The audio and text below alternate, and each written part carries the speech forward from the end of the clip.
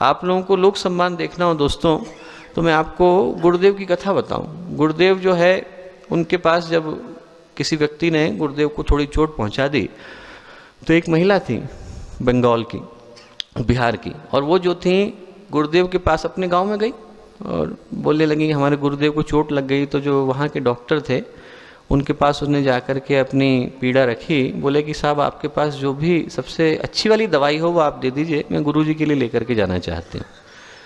तो जो डॉक्टर थे उनने 27 रुपये की सोफ्रामाइसिन आती है वो दी उनको, लेकर के आई हूँ गुरुदेव के पास। गुरुदेव के पास लेकर के आई तो उनने गुरुदेव को दी और गुरुदेव से बोली कि गुरुदेव आप इस दवाई को लगाना, आप ठीक हो जाएंगे। तो गुरुदेव दवाई क्यों लगाते, गुरुदेव को आवश्यकता नहीं थी। फिर गुरुदेव ने वो दवाई ली और तकिए के नीचे रख ली, और जब तक गुरुदेव ने शरीर छोड़ा तब तक उसको अपने पास ही लेकर के रखते थे और बोलते थे कि बेटा ये दवाई नहीं है, मेरे बच्चों का प्यार है, ये लोग जो है मेरे शिष्य नहीं है, मेरे बच्चे, इनको कोई तकलीफ हो जाए, इनको कोई कष्ट हो जाए तो इनके कष्टों को दूर करने के लिए मैं वहाँ पर खड़ा हूँ। तो ये जो अंदर से निकल करके आता है दोस्तों, ये सम्मान है, ये प्यार है।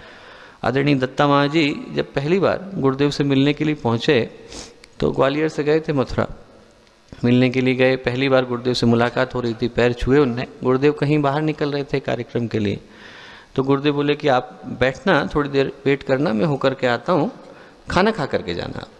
तो दत्ता महाराज जी को संकोच हुआ कि साहब पहली बार जा रहा हूँ, मैं कैसे खाना खा लूँ, मिल भी पहली बार रहा हूँ। बोले गुरुदेव मेरे रिश्तेदार रहते हैं यहाँ पर, मैं उनके यहाँ खाना खा लूँगा, रिश्तेदारों के यहाँ खाना खा लूँगा।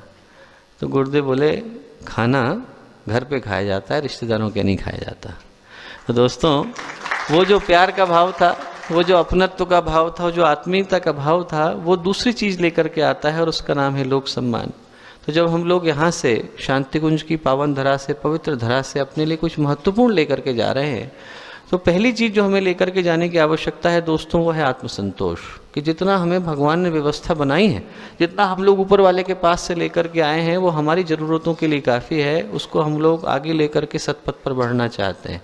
जो आवश्यक होएगा वो व्यवस्था स्वयं परम पूज्य गुरुदेव बना देते हैं। जितना हम लोगों के लिए ज़रूरी है, जितना हम लोगों के लिए आवश्यक है, मैं एक नहीं हजारों उदाहरण आप लोगों को ऐसे गिना सकता हूँ दोस्तों, जहाँ पर व्यक्ति जिस चीज़ को मांगता हो गुरुदेव के पास आया, वहाँ पर गुरुदेव ने कहा कि साहब इसकी बेटा तुझे आवश्यकता नहीं है, तू ये काम कर, ये तेरे लिए आवश्यक है। हम लोगों के पुराने कार्यकर्ता हैं हसमुख भाई, वो आए, उनके पास $2000 रह गए थे, बस सारा उनका जितना बिजनेस था वो बिक गया था। गुरुदेव के पास आए, गुरुदेव मेरा सारा सामान चला गया है, इतना ही पैसा बचा है, बस विदेश के कार्यकर्ता थे, अब मैं यहीं रहना चाहता हूँ। गुरुदेव बोले बेटा तेरी यहाँ आवश्यकता नहीं है, तो कहीं और जा, तेरे लिए कहीं और व्यवस्था है। बोले गुरुदेव मैं क्या करूँ, तो सब चला गया। गुरुदेव बोले ऐसा कर कि बेटा जितनी तेरी गाड़ी में पेट्रोल है तू लेकर के ऊपर की तरफ बढ़, जहाँ तेरी गाड़ी का पेट्रोल समाप्त हो जाए और जो तेरे हाथ में खरीदने को आए वो तू खरीद लेना, पीछे की व्यवस्था मैं बना दूंगा। तो लेकर के चले, मसूरी पहुँच गए। मसूरी में जाकर के उनकी गाड़ी एक जगह पे खराब हो गई, बिल्कुल सारा पेट्रोल खत्म, आसपास दूर दूर तक जंगल के अलावा कुछ नहीं।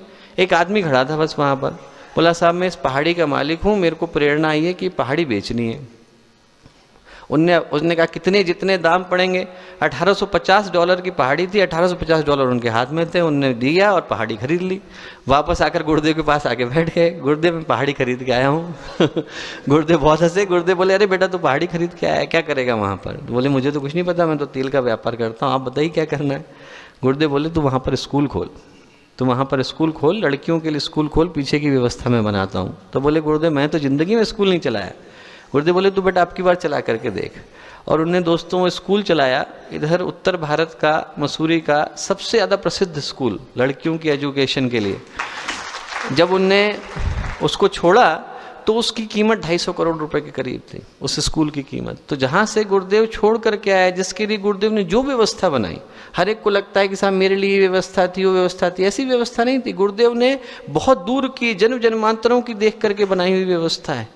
अभी परसों नरसों में एक सज्जन से मिला, उनसे गुरुदेव की बात हुई कि उनको जेल हो गई, हथकड़ियाँ लग गई, हाई कोर्ट पहुँच गए, सुप्रीम कोर्ट पहुँच गए, सारी बेल निरस्त हो गई, पैरोल पर रिहा हुए। तो सबसे पहले भाग करके गुरुदेव के पास आए कि गुरुदेव मेरे को तो जेल हो गई, अब क्या करूं?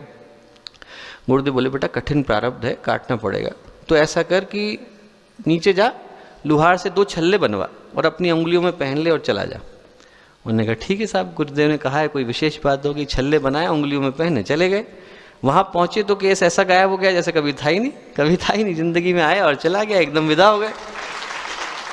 अब उनने वो छल्ले लिए, पूजा की जगह पर रख दिए और रोज उसकी पूजा करने लगे। गुरुदेव गए कार्यक्रम में, तो गुरुदेव को लेकर के गए वो मंदिर में, बोले गुरुदेव आके देखिए साहब, मैंने वो छल्ले आपके दिए हुए थे वो पूजा की जगह पे रखे हुए, रोज़ पूजा करता हूँ। गुरुदेव अरे बोले अरे बेटा तू छल्ले की पूजा क्यों कर रहा है, तो जीवन की पूजा कर। तो गुरुदेव वो नहीं बोले, नहीं आपने दिए थे तो छल्ले में रखता हूँ ताकि रोज़ इसकी पूजा कर सकूँ। गुरुदेव बोले बेटा वो बात नहीं थी, तेरे हाथ में हथकड़ी लगी हुई थी, कितना भी प्रारब्ध काटता तो थोड़ा तो छू करके जाना था, हाथ में छल्ले पहनने से वो निकल गया। हाथ में जो तूने छल्ले पहने वो हथकड़ियों की जगह पे पहने, उतने में तेरा प्रारब्ध निकल गया। तो दोस्तों बहुत सारी चीज़ों की व्यवस्था ऐसी है जो गुरुदेव ने बहुत दूर की, बहुत सारी चीज़ों को देख करके बनाई है। एक चीज़ जो हम लोग यहाँ से जाएं वो आत्मसंतोष लेकर के जाएं, गुरुदेव के ऊपर समर्पण लेकर के जाएं। हमारे जीवन की योजना क्या है, हमारे जीवन का पथ क्या है, हमारे जीवन का उद्देश्य क्या है, हमें उनने किस उद्देश्य के साथ, किस योजना के लिए, किस प्रयोजन को पूर्ण करने के लिए यहाँ पर भेजा है, इसको हम नहीं जानते पर वो बेहतर तरीके से जानते हैं। उनको अच्छे से पता है कि हमारे जीवन से उनको किस समय में किस कार्य को लेना है और किस तरीके से लेना है।